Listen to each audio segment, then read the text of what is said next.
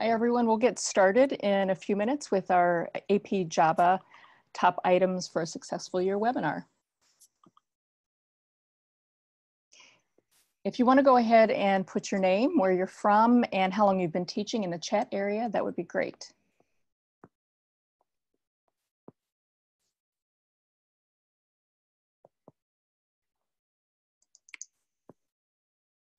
And we'll get started in about 3 or 4 minutes. Just wait for everybody to hop on.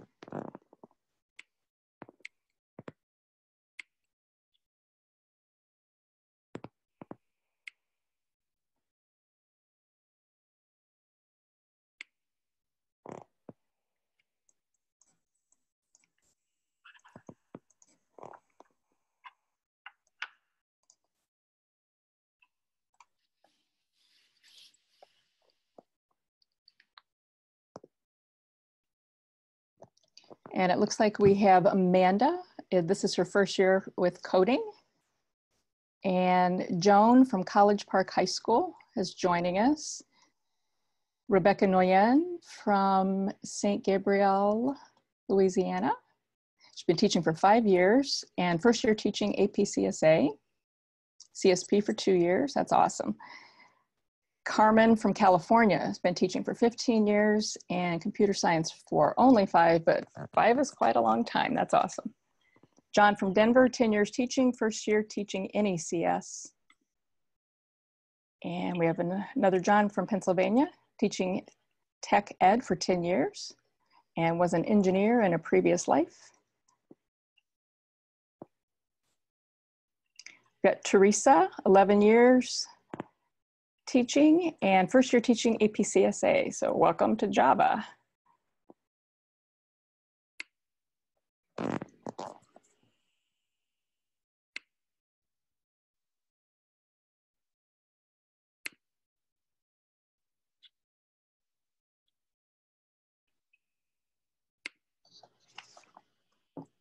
All right, we'll start in about 1 more minute. Got Marielle from teaching for 4 years, second year teaching computer science classes, first year teaching AP CSA.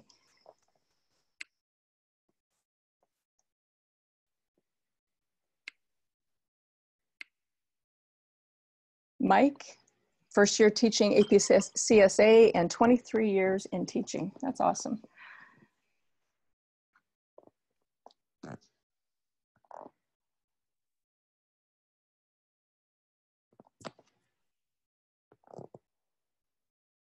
Dave from Ohio, his first year teaching AP CSA, but he's been teaching for 16 years.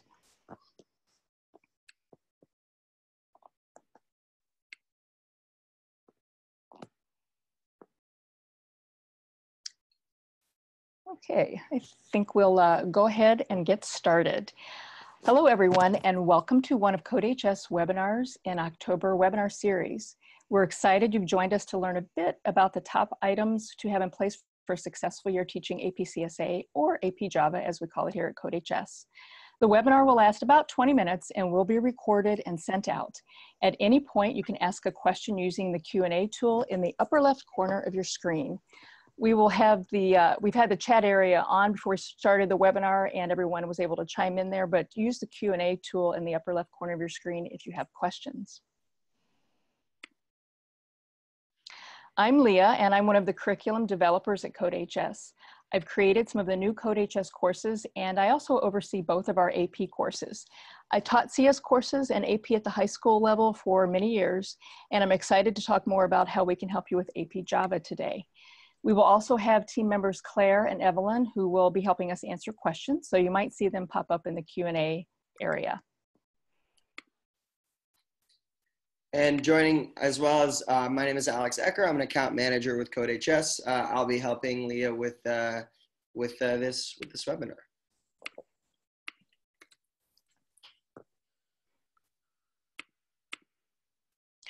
So during today's webinar, we will be discussing best practices for pacing your AP Java course and keeping up with important College Board information, which includes how to prepare your students for both parts of the exam. If this is your first year teaching AP anything, but especially Java, Try not to panic or feel overwhelmed. There's a lot of new information to take in for sure, but we're here to support you so you can have a successful year teaching AP Java. There are a number of resources we will share, and we will provide you with a single list at the end. So let's get started.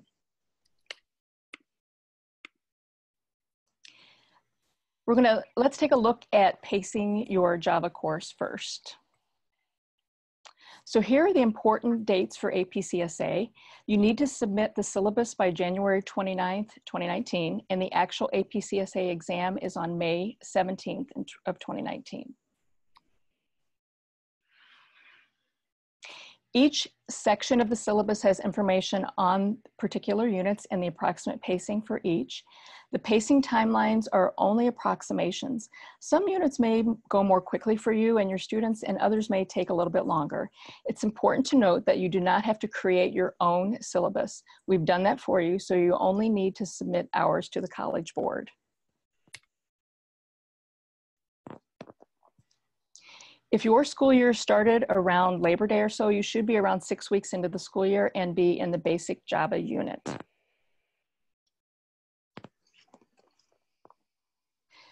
So you can see from the table that units like basic Java, classes and object-oriented programming and data structures should take about 6 weeks, which is twice as long as all of the other units.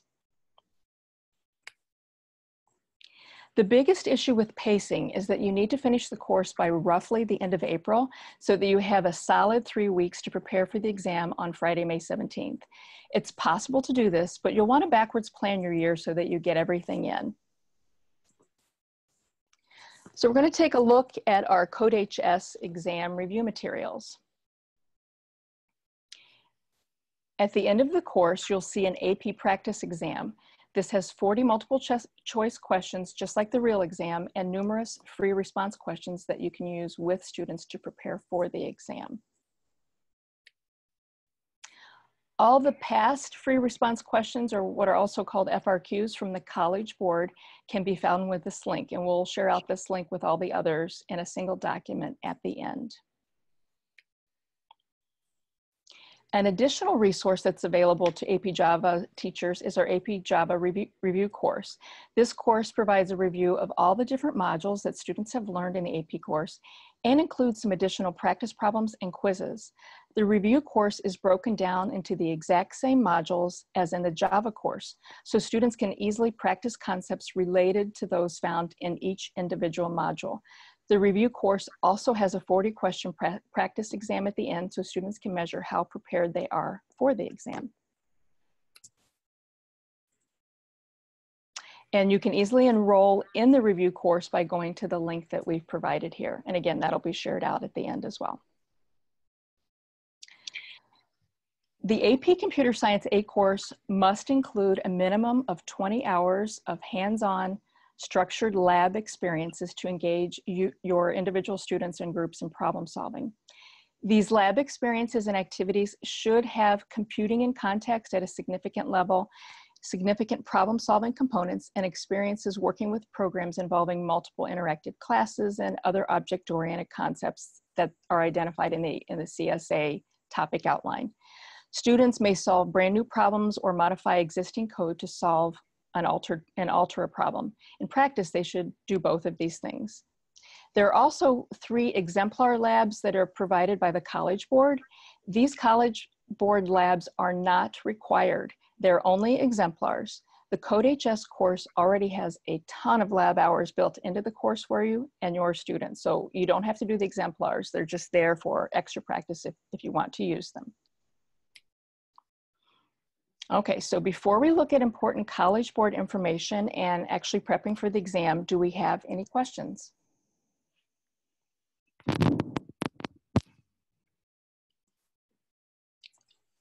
All right, doesn't look like we have any questions just yet, but maybe more will pop up as we go along. So I noticed that a couple of people are raising their hand right now in the chat. If you do have a question, please write it into the Q&A that you'll notice on the upper left-hand side of your screen.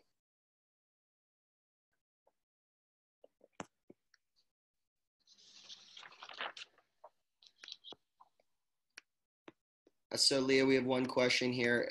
It's from Amanda. It's where are the exemplars found? Um, So the exemplars are actually on the College Board website, and we'll provide the link for that. Great. And then what if I've already submitted my syllabus? Was it the CodeHS syllabus? Yeah, in a previous year. In a previous year. Evelyn, do you want to field that one? Sure. So you do need to complete the course audit every year. If you submitted the CodeHS syllabus last year, you will need to complete the course audit again.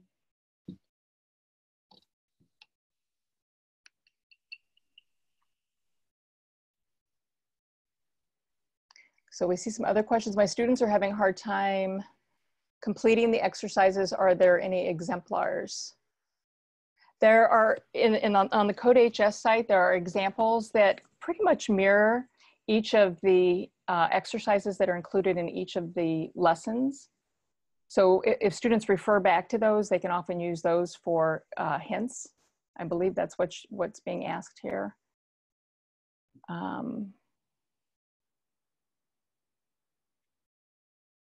Let's see. Is the Java review course part of the overall course, or do I need to redirect them to them there as well? There's a separate review course that that you can have students sign up for, and that link will be included in the sheet at the end.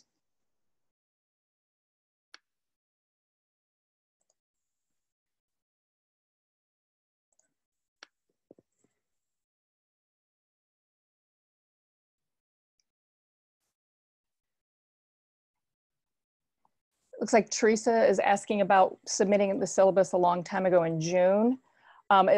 It should be, should count for this coming school year, but you might want to take a look at in your portal just to confirm that, but that should have been counted for the 2018-19 school year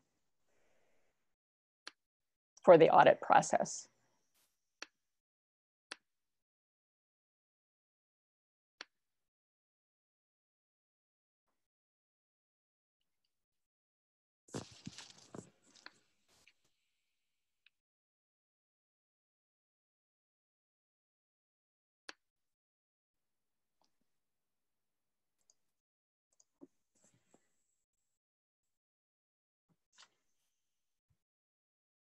Okay.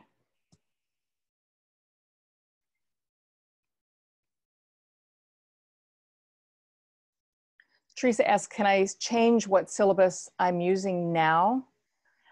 Through the audit process, you'll want to check in the portal where you submitted previously. I believe that you can make changes, but that's something that you would need to check on the College Board site. Evelyn, are you aware of changes in the audit process? As long as it's completed by the end of January, that's the only criteria, correct?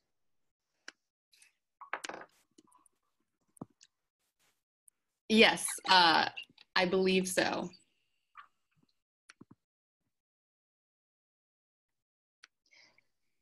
Kay Matheson asked, do I need to audit the course if I'm teaching AP Java for the first time? The audit is the submission of the syllabus. So yes, if your students intend to take the AP test in the spring, you have to submit the syllabus.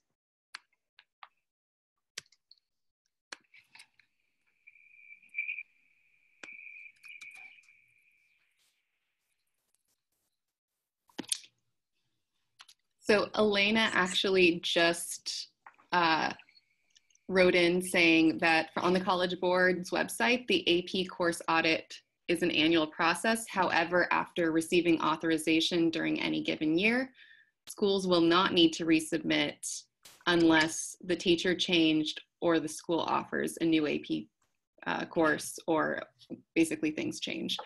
So if you did submit the CodeHS syllabus last year, it looks like you do not need to complete the course audit again. I would just log into the portal and double check that that's the case.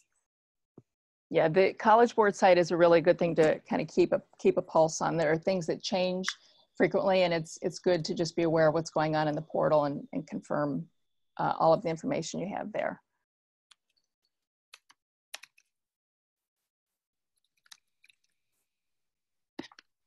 Okay. Are we ready to move forward? We'll take a look at the College Board information now. All right, so as many of you probably know, the AP CSA exam is broken into two parts, multiple choice and free response questions.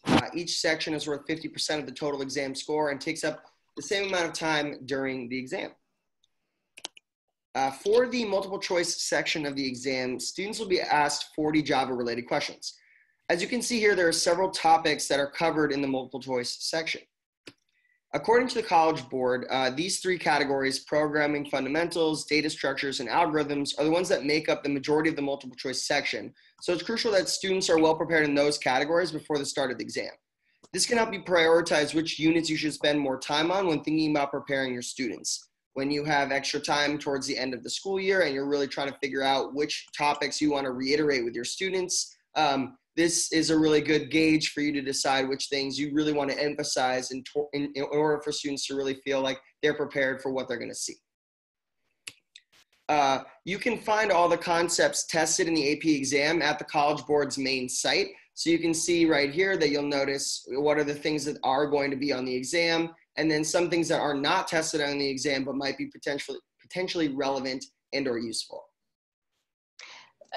When you're on the College Board site too, they will also refer to this as the Java subset for AP CSA, so just be aware of that. In contrast to the multiple choice section, the free response is intended to test your students' ability to solve problems with extended reasoning. As you can see here, this is a free response question example. Students are required to take their knowledge of Java concepts and write out entire solutions to algorithms by hand. In this particular example, students are expected to create a class and an associated method that will functionally create a class object. So you can see here that this is a lot different than what students will be working on the multiple choice section of the exam. One thing to note here when using the free response questions, the FRQs that we provide, or the past ones that the College Board provides, it's important to have the students hand code these, as that's what's done on the actual exam. Students can get really comfortable working in the coding environment, but they need to also practice hand coding frequently. This kind of practice can be done inside or outside of class, depending on how much time you have.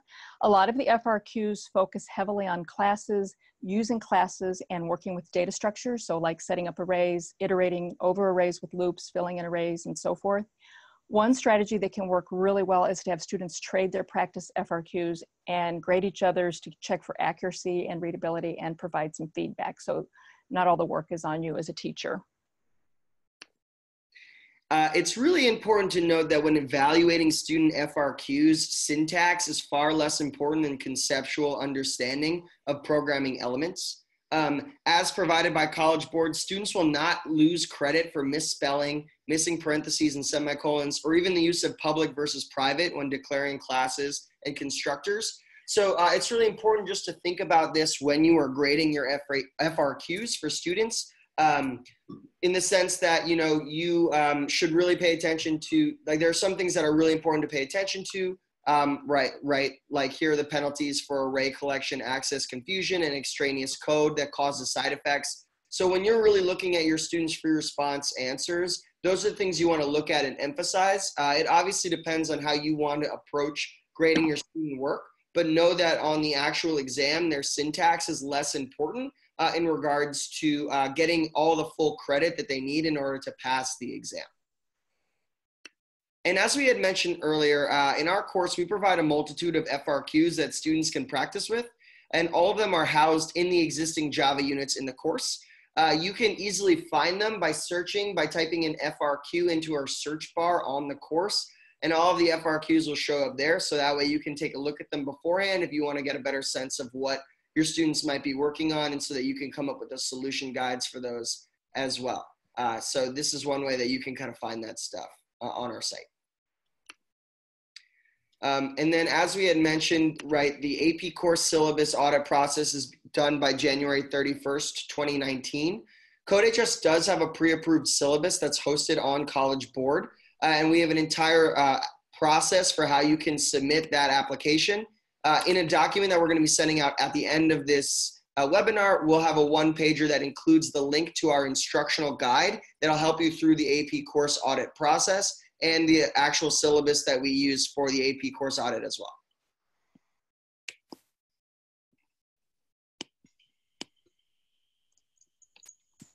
So at this time, if anybody has any questions, feel free to just type those in. Otherwise, we'll just move on to the next part of the webinar. Alex, I just wanted to reiterate, Roberta wrote in and she said that you can use a syllabus from the previous year, but you have to submit it every year. So it looks like you don't have to upload a new syllabus every year, but you do need to go into the portal and click submit. So just make sure, go into the AP audit portal and make sure that everything is cleared. Great, thanks, Evelyn. All right, there don't seem to be any questions right now, so I will just move on to the next thing. We're gonna wrap up this webinar by talking about a couple of other things. So just to reiterate some of the key dates for you to remember, January 31st, that's where you submit the syllabus via course audit. By end of April, we recommend that you finish the CodeHS course for AP CSA and really get started with your AP exam prep, either through the review materials that we have on our site, our free response questions, or any other resources that you might find useful in order to help your students. And May 17th at 12 p.m. Eastern Time, there's the end of course AP exam. The link to all of the resources that we are offering for you all for this site can be found at codehs.com/APJava_resources. So if you go to this link, you should be able to access the one pager that we've created for you that includes links to all of the resources that we had mentioned and all the ones that have been hosted on this webinar. So this is where you can find all of the information on the AP Java course and all of the resources that we offer with CodeHS.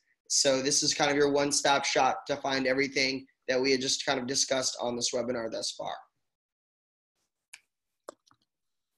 And then lastly, coming up next for us in our webinar series, we're going to have a webinar to how to create a homepage on CodeHS. So this is each student is able to host their own web page on CodeHS if they have an appropriate username. And so we're going to be talking about this November 7th at 3:30 Pacific time, 6:30 Eastern time, on just how you can get students to sign up and create their own homepage and how you can kind of use that in your classroom to create and showcase student work. If nobody has anything else, we'd like to thank you all for participating in this webinar. Hope you got something out of it in regards to the AP CSA exam. And we'll stay on for a couple minutes right now just to field any last minute questions. But otherwise, thank you so much for attending, and we hope all of you the best of luck as you get prepared for the exam.